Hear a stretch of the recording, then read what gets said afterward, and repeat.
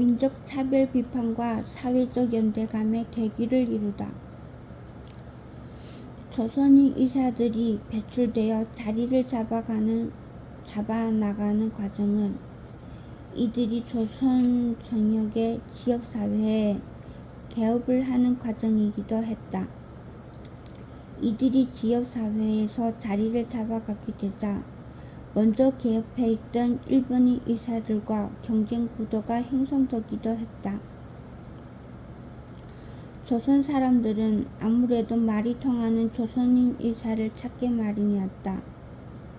1924년 3월 경남 밀양에서 밀양의사회장인 일본인 이와다 히데요시가 조선인 의사 김형달이 잘못된 약을 쓴다며 공개 비방하여 파란을 일으켰다.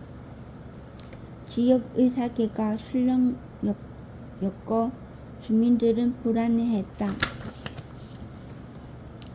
동아일보가 전하는 내막을 들여다보자 이와다가 의사회장으로 자리잡고 있던 밀양의 일본 오카야미전 출신이 김형달이 삼성의원을 개업한 것이 3년 전이었다. 조선인들은 물론 일부 일본인들마저 김형달의 삼성의원으로 옮겨가자 사달이 나기 시작했다. 폐렴에 걸린 한 일본인이 이와다의 치료를 받다가 김형달에게로 옮겨 치료를 받던 중 사망한 일이 발생했다. 이와다는 김씨 약이 폐렴에는 좋지만 심장을 해롭게 한 탓에 환자가 사망했다고 비난했고 망자의 처는 김씨를 원망했다. 지역이 뒤숭숭해졌다. 하지만 현지의 다른 일본인 의사들은 오히려 김형달의 처방이 정상적이며 심장에 나쁜 약도 아니라고 두둔했다. 이와다가 다른 의사들을 상습적으로 비난해왔다는 반박도 거셌다. 굴러온 돌에게 박힌 돌이 견제구를 날리다가 이외의 반격을 당할 것일까? 사태는 그리 간단치 않다. 김형달은 대대로 밀양에서 일관을 지낸 집안 출신으로 자신은 양의로 전향했다. 일본 유학을 마친 뒤 고향 밀양에서 개업했다. 김형달은 왕진 가방을 매단 자전거를 타고 흰 가운을 입은 채 밀양 고을 어디나 안 다닌 곳이 없다. 있는 사람이건 없는 사람이건 차별 없이 치료했고 환자라면 돈이 없어도 일단 치료부터 해주었다. 심지어 빈한한 환자에게 돈을 주고 먹는 일까지 있었다. 광복운동과 사회운동에 후원을 했다는 후일의 증언도 있다. 고향에서 개업한 조선인 의사는 기존의 사회적 인간관계로부터 자유로울 수 없었다.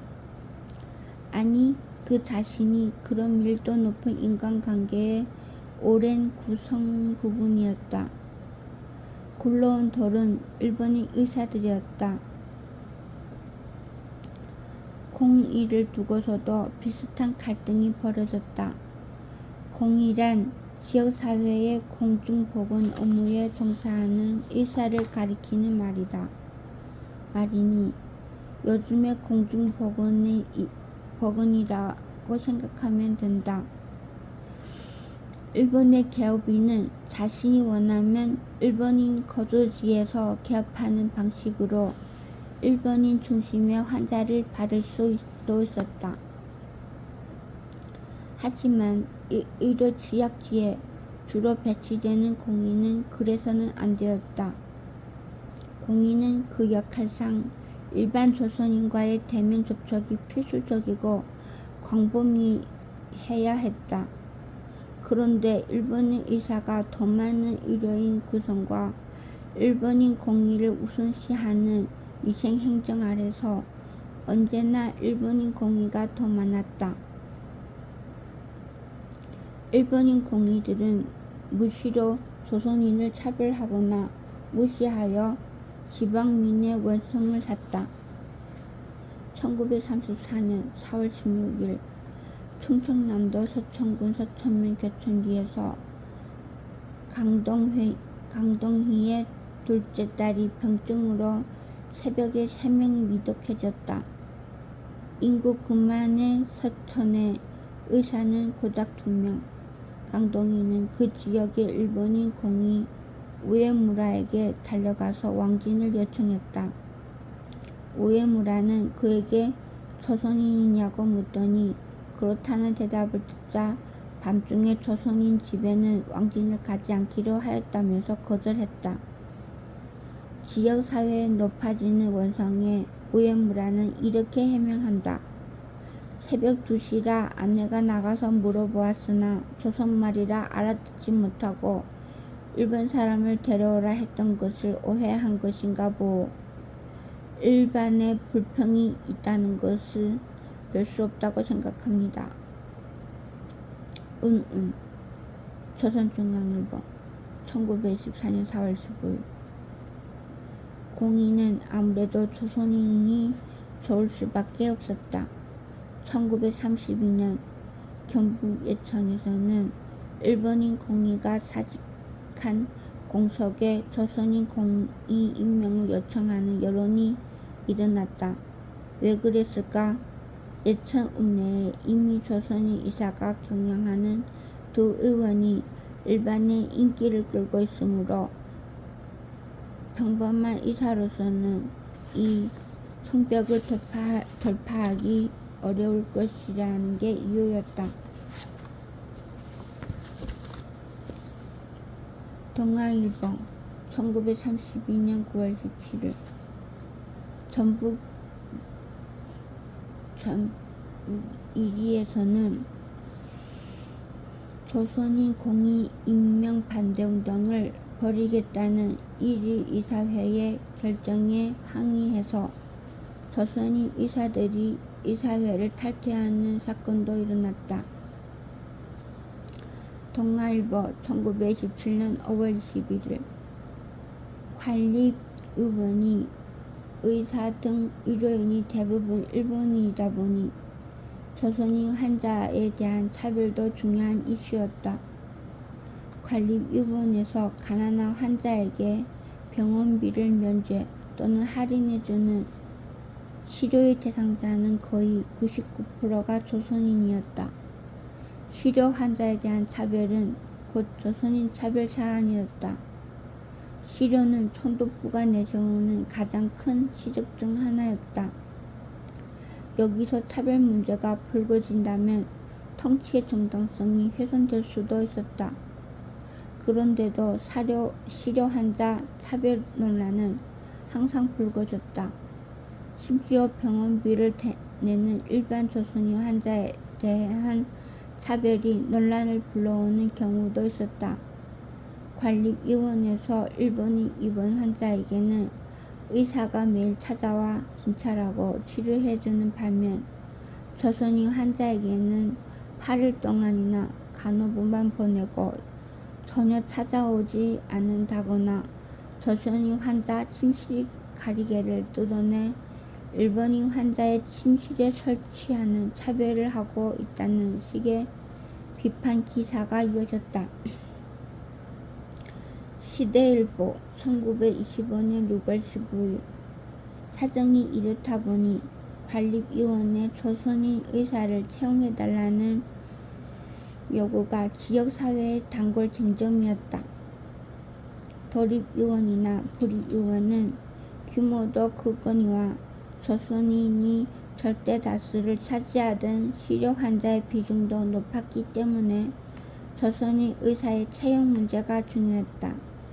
1930년 3월 원산부협의회에서는 남백우 등 조선인 의원 1등이 불입병원에 조선인 의사가 한 명도 없는 것은 조선인 차별이라며 채용을 강력히 요구하자 당국이 개선을 약속했다.